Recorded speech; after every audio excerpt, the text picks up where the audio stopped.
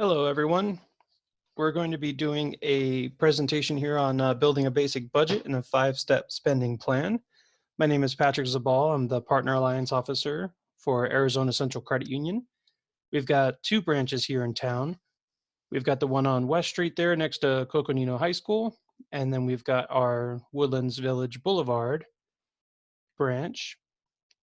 So I'm just going to get started here. The first tip I like to throw out is starting a change jar. You can have a change jar for different purposes, such as fun money, bus money, lunch money, things like that. I usually have one as well for family assistance. Every once in a while, I'll get a family member who needs help, and so I have that separate change jar for that. And what I did was I started a couple of different you name it savings accounts at the credit union, where you can call them whatever you'd like, and there's no minimums on those, so they're really easy to use for things like change jars. And the money just goes into there, and if I ever need it, I can transfer it at any time with no limits or anything, to checking or my main savings. So couple of the objectives here that we're going to go through: setting up a spending plan. We're going to identify some of the spending leaks that we might have, especially right now, and then tracking spending, tracking savings. We're going to set financial goals, different kinds of goals that you can set, and then we can audit the progress and use the different tools that we have at our disposal. So a couple of benefits of managing your money is it's going to free up the time, definitely the reduced stress, um, achieving goals, and having more control over your money. Those are the biggest things. And then right now, having an emergency fund can be really good. Of Normally people say 3 to 6 months expenses. If you're in a bit of a higher risk position, then maybe even 6 to 12 months expenses could be good. Um, I know that's really difficult. I don't think I've ever had 12 months of expenses saved up in my whole life. So, but it is something I am working towards. So we'll cover why that's important depending on your position here.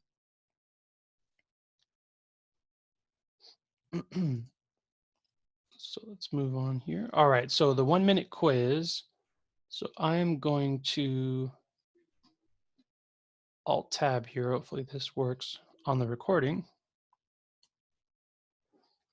Okay, so we have a 1 minute quiz. Because this is pre-recorded, this will be a little different. So I'm just gonna briefly cover it and show you.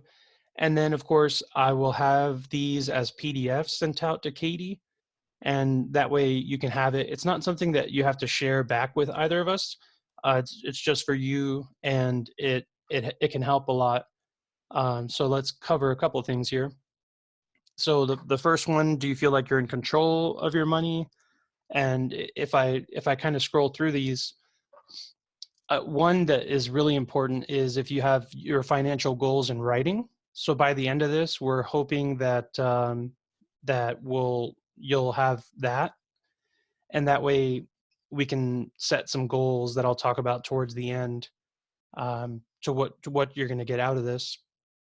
And do you have an adequate emergency fund of at least 3 to 6 months? So here's where I'll cover: if you're in a bit of a higher risk situation where maybe you have family members that might be needing assistance from you, or maybe you're in a position that is that it's possible that you may go into like furlough, or something like that with your income, then 6 to 12 months might actually make a lot more sense. Just to give you an example, the position that I'm in, I do traveling, I do events, I visit businesses in person. Yeah, all of that ended, start of March, I would say March 5th or so. And so I would say I'm in a bit of a higher risk position in what I do. Luckily, I work at the credit union, so this is more of a family atmosphere. It's not, I'm not working at like a big bank or something like that where I would feel even more high risk. So yeah, what can I, on a positive note, what can I do to help that situation? Is I can try to build up 6 to 12 months of expenses in an emergency fund.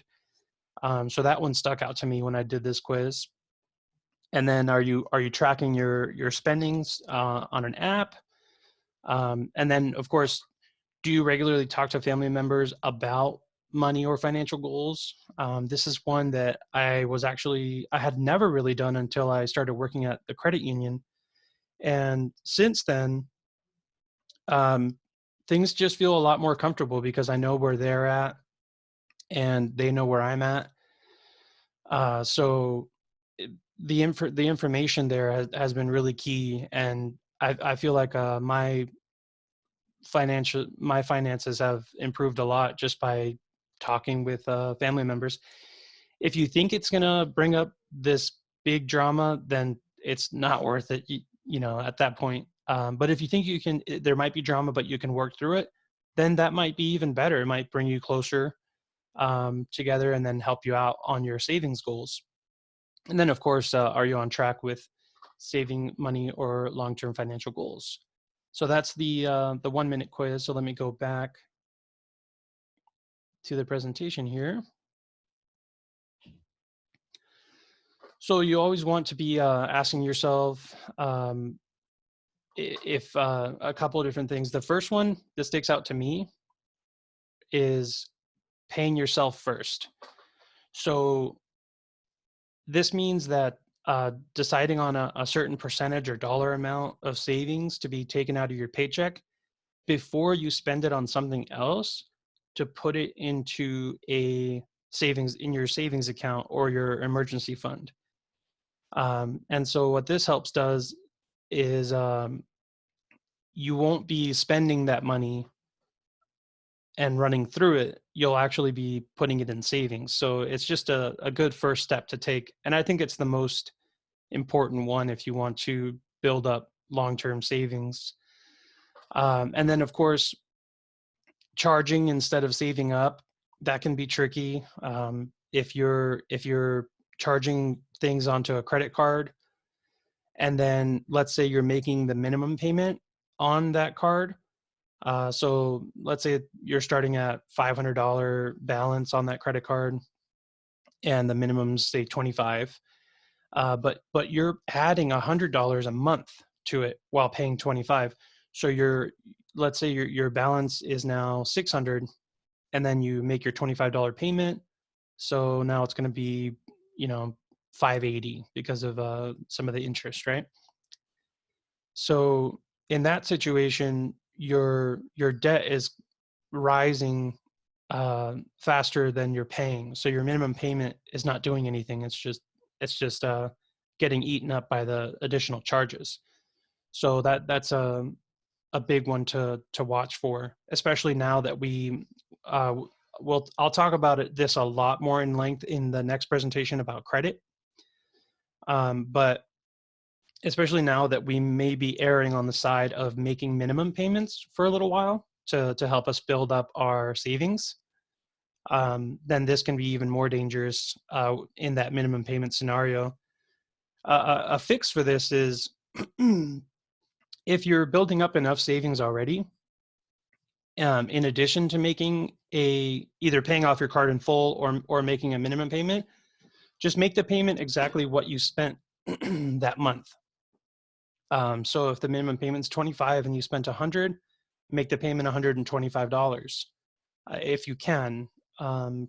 If you don't have the savings built up, then obviously do that first in these times, at least, just so that you have something to fall back on. But that's an example of kind of how to fix that part.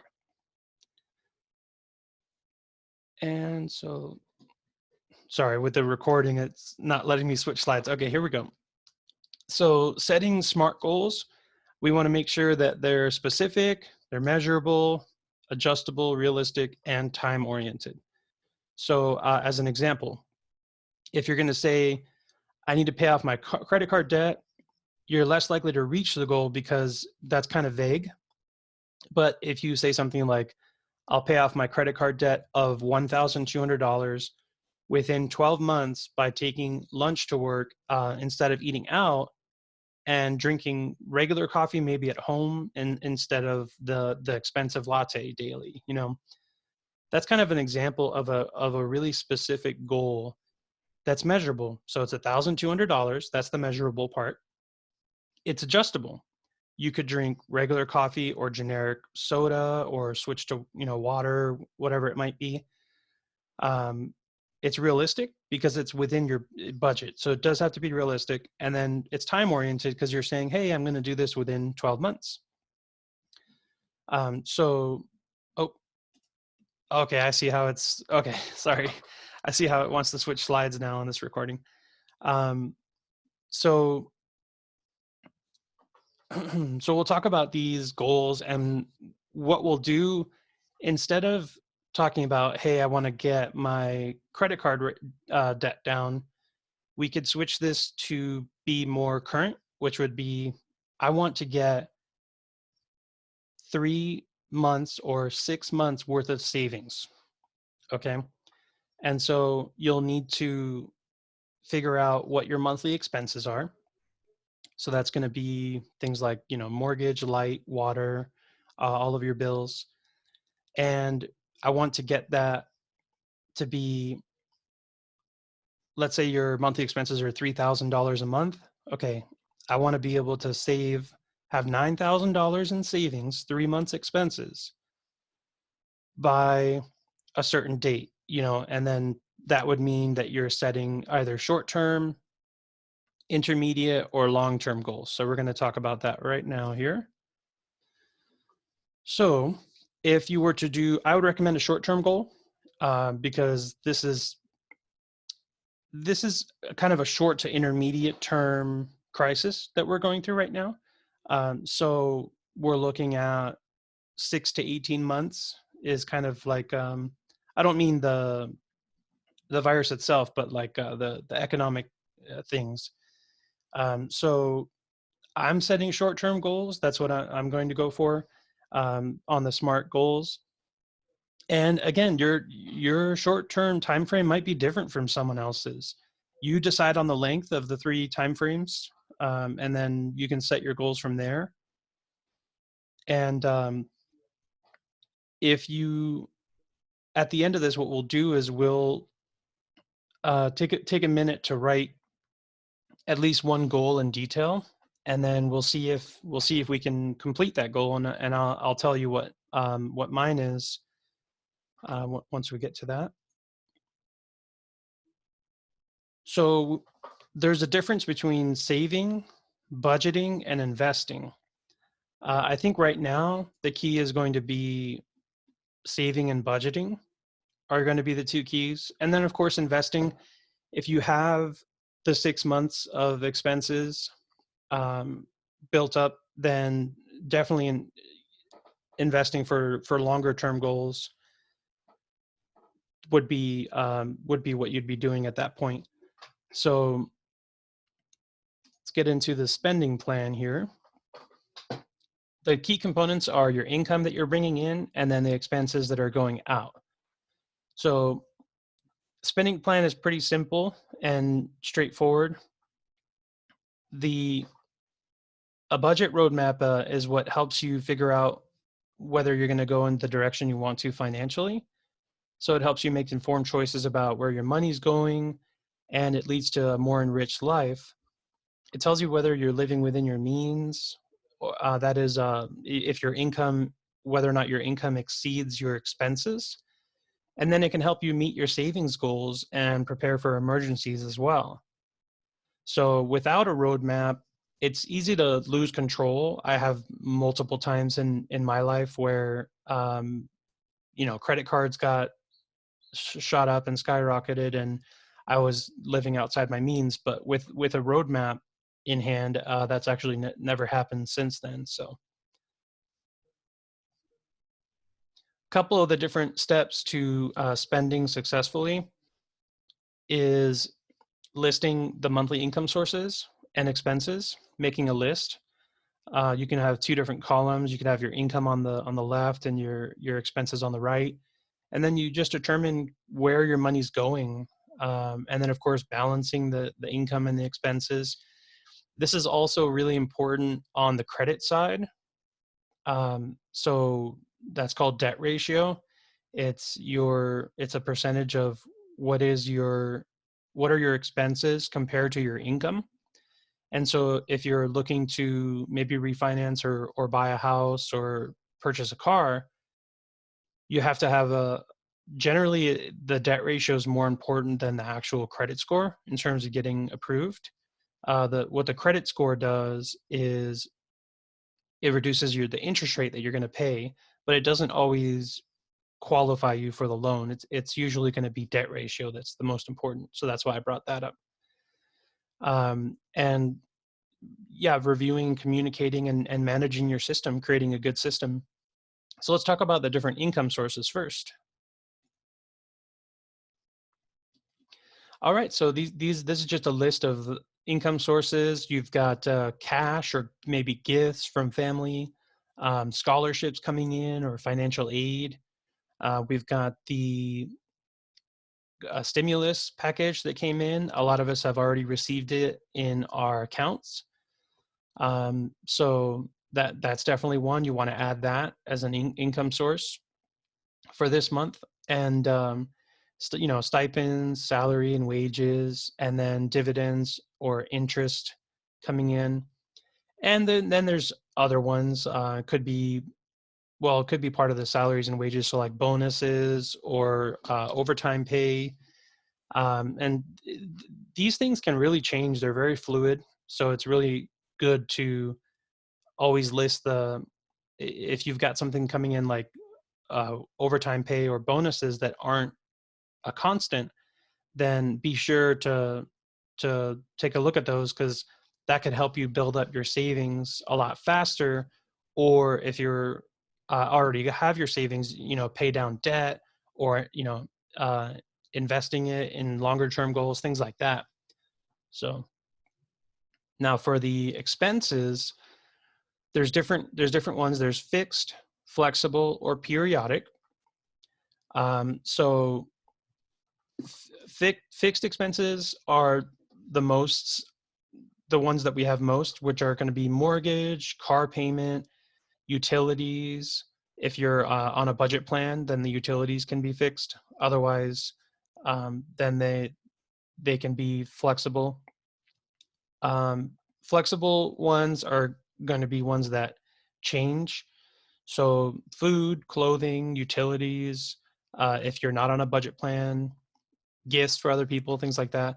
And then periodic are things like taxes, insurance. Maybe you're paying your insurance 6 months at a time. You definitely want to add that to your budget plan, because that's a large kind of a lump sum thing. Or you might even be doing insurance on a yearly, which is an even larger lump sum. And then, of course, if you don't get a tax refund, then taxes can be a large lump sum that you need to prepare for. So in the cases of these lump sums, you might want your savings to be even higher than 6 months payments, because you're going to need money for these lump sum things coming up. So be on the lookout for that. And then there's different kinds of expenses. There's the necessary ones, our basic needs that are listed here: shelter, food.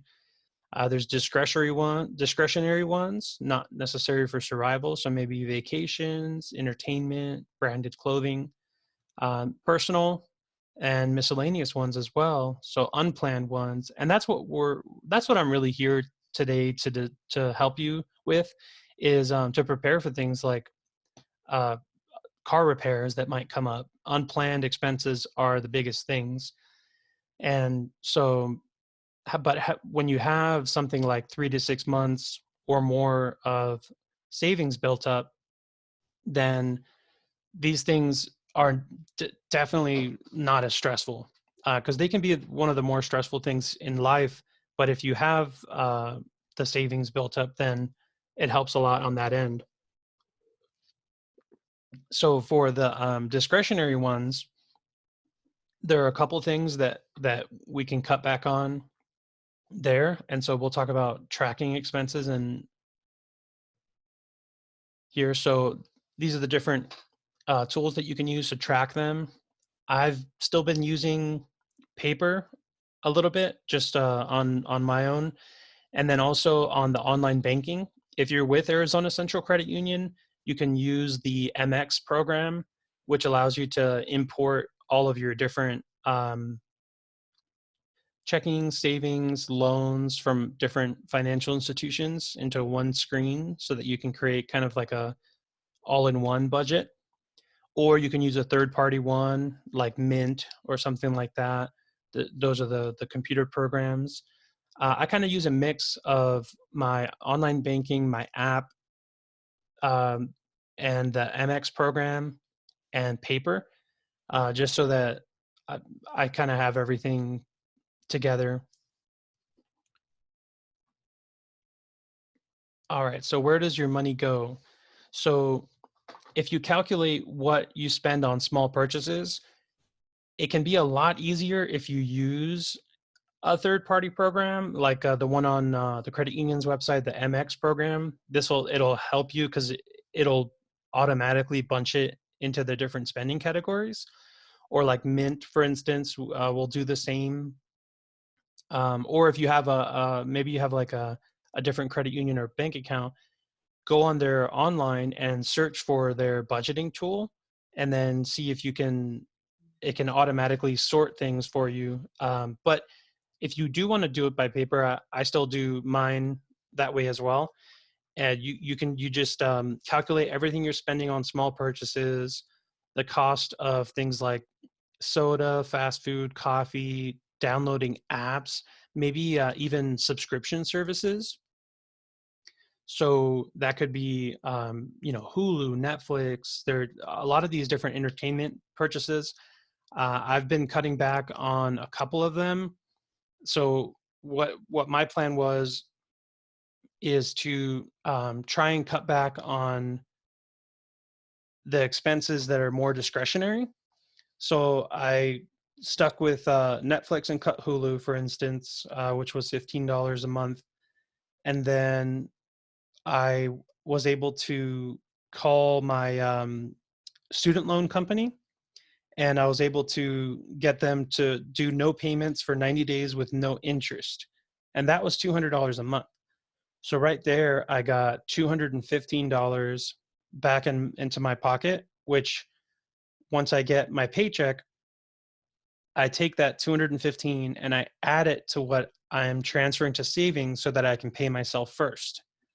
So that that's an extra 215 just from those two sources that I'm able to just directly throw into my emergency fund to try and get to that 6 to 12 months, which is what I'm trying to get to. So then that's just a personal goal. So that's just an example of kind of where was my money going and how to add the little things up like that. So you can do a activity at home as well with family members, including children, where you can go through statements and just try to figure out kind of where the money's going, and it can be like a learning experience as well. A lot of what we're covering today, I mean, you're going to know a lot of this stuff, but not a lot of us master everything. Like even myself, of course, I haven't mastered all of these tips and tricks. So yeah, a lot of this that we're covering can even be more of an educational thing for your children or for your family that might be either struggling or not knowing how these things work. So we're going to talk about balancing the income and the expenses. The third step in developing an effective spending plan is to balance your income, kind of what's coming in with your expenses, which is what's going out. So that's cash flow. That's called cash flow. And the goal is to kind of match income with expenses. So one thing you could do is you can add transferring money to your savings or your emergency fund as an expense. And that way it's easier for you because you can make it so that your income matches your expenses so that it's even. So let me show you a chart here on that. So where did your money go? So here's an example. You've got taxes, mortgage, groceries, miscellaneous, medical, clothing, auto, utilities, home maintenance, savings, gifts, and insurance, right? Which all that adds up to $40,047. Now your income coming in is your salary here. Your savings withdrawal, see, we've added 2,875 per year as a savings withdrawal, and then tax refund and gifts. So the income is matching the expenses just to make it easier. You don't have to do it that way. You could do it where, okay, your expenses are 3,000 less than your annual income, which means, oh, I can save, $3,000 a year. That's an example of doing it a different way.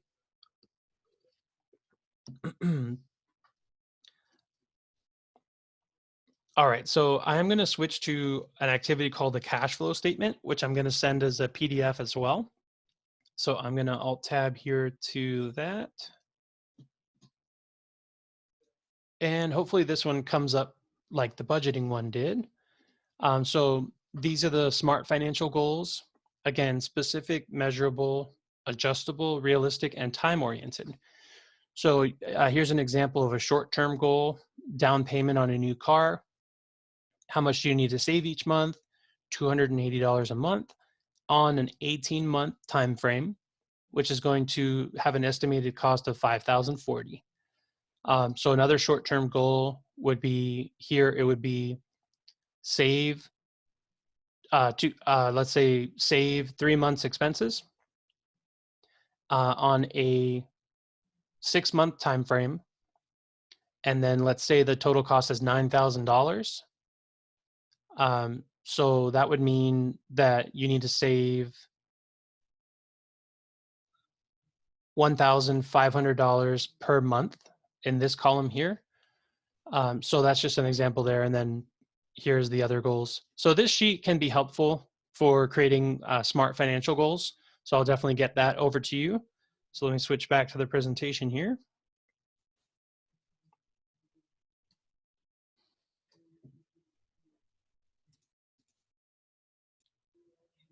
All right, and then we talked about reviewing and communicating. So, does your plan fit within your goals? I would say that that's an easier way to make this easier on everyone and the family. If you have goals together, then definitely make your plan revolve around that. And remember that you can use tracking methods that can be easier for some people, especially if your main checking account is at the financial institution that has that tracking method. Then it's super simple because that third party program will be able to just add all of your miscellaneous expenses and categorize it into the different things for you. So it can just be like a 10 to 20-minute exercise instead of, a couple of hours doing it the way that I do it sometimes on paper. So some examples of changes that you can make if your expenses exceed your income. It's going to be eating out less, which a lot of us are already doing because of the fact that we can't eat in the restaurants anymore. We have to take food home.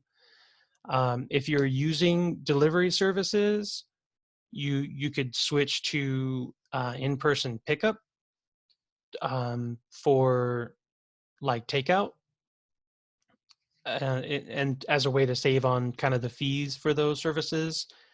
There's drinking fewer sodas, fewer lattes, things like that.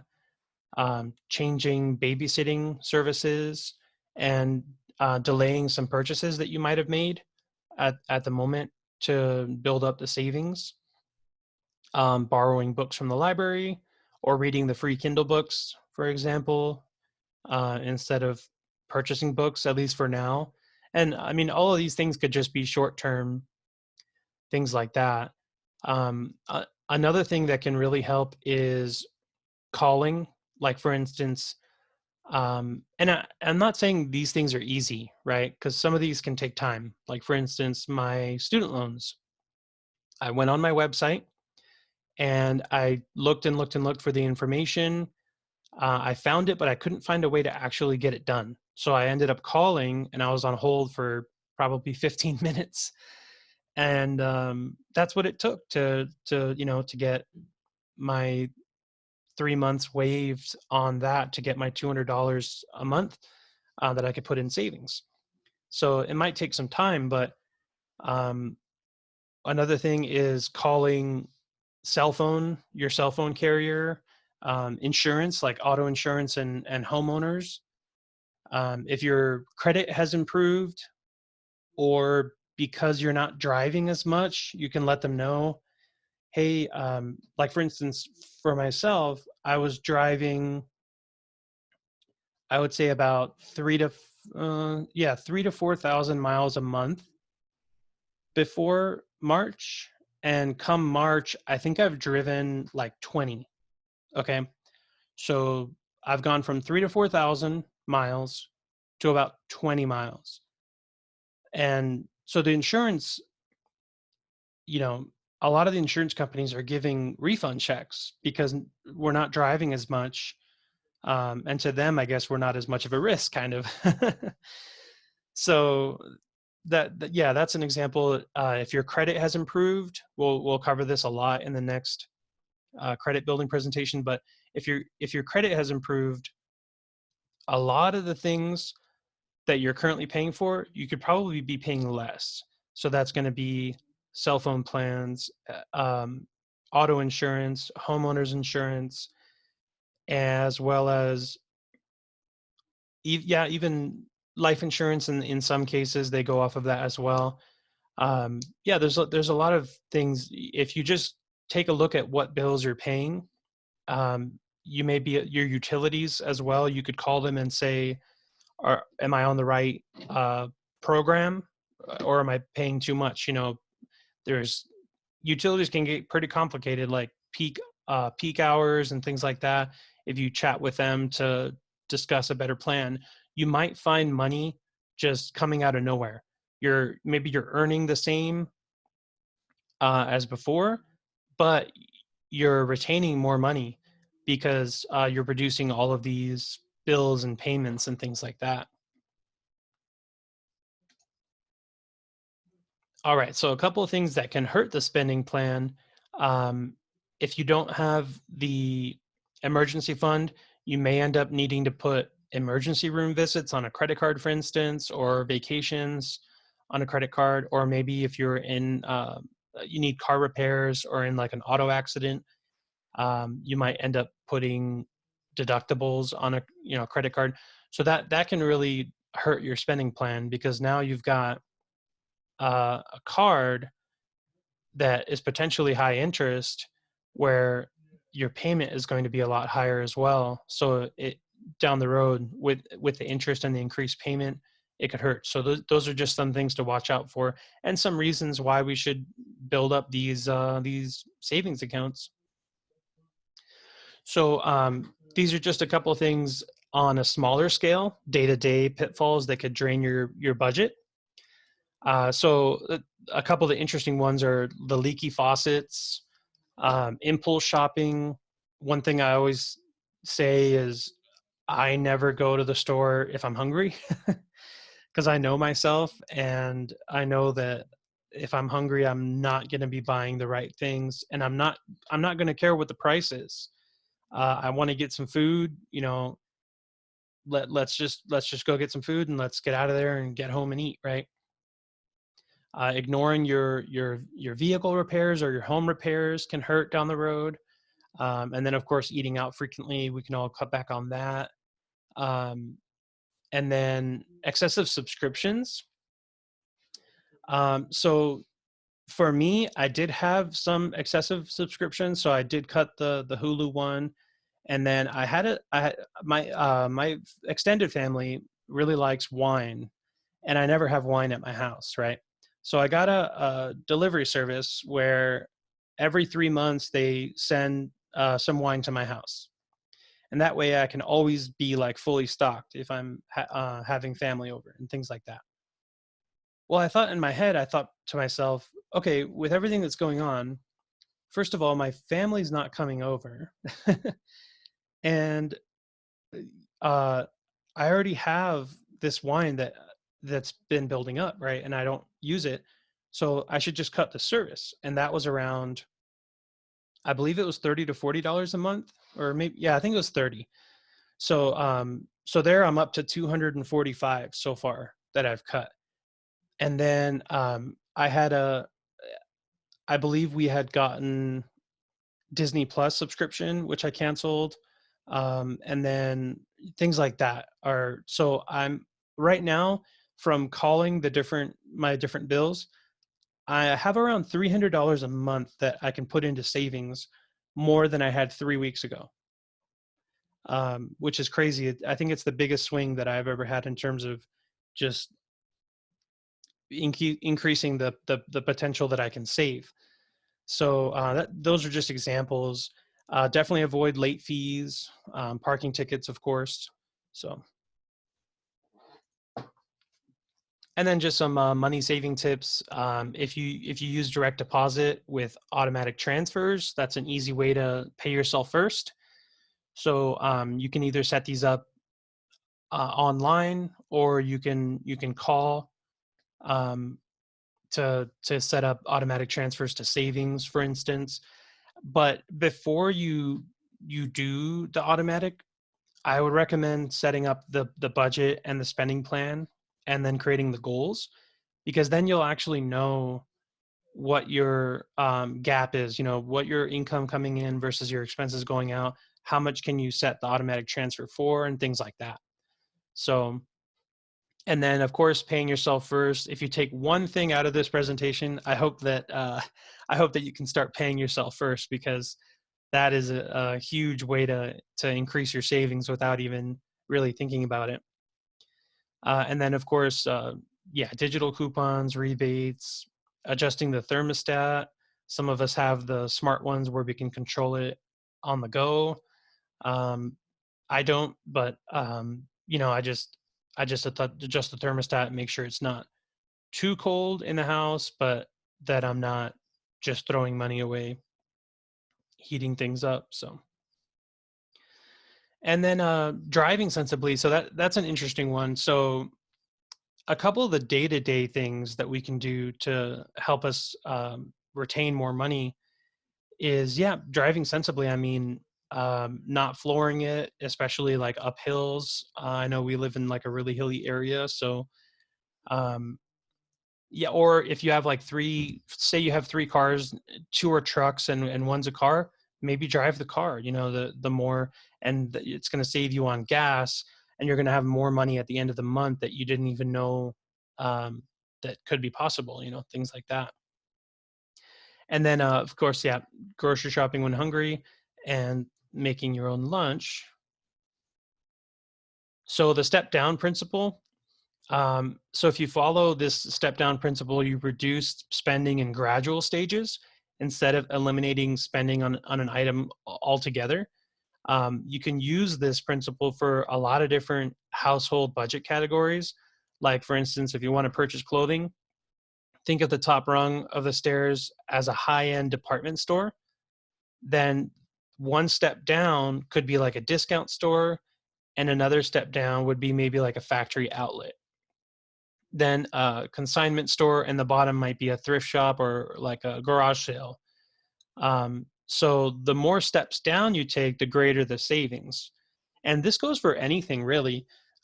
So another use of this principle is frequency, or like the amount that you purchase. So if you decide to dine out 5 times a month instead of 10, then you took a step down there, and that's going to help you with the savings. Um, And by dine out, you know what I mean. It's kind of weird these days, getting food and either having it delivered or picking it up curbside. So yeah, or you might step down by eliminating maybe like an appetizer or a dessert when you order takeout. Or it could also help you explore alternative ways to get more from the reduced amount of money you plan to spend as well. So yeah, this step down approach can be really useful. And then managing your system. So definitely find a good way to keep track of your expenses. And then you can use things like bill pay or automatic bill pay. I use online bill pay. I still do it manually. For some reason, I haven't done automatic, but I think it would definitely help me if I switch to automatic, and that way it would reduce like the amount of time that I'm spending doing all this stuff. So this is kind of the final step in developing an effective spending plan. Is kind of just to commit to manage your system for the long term, and taking advantage of the different online tools or the worksheets that I'm going to send over to you, which might help with the goal setting. And then one thing that we want to do is just encourage you to develop your personal action plan now.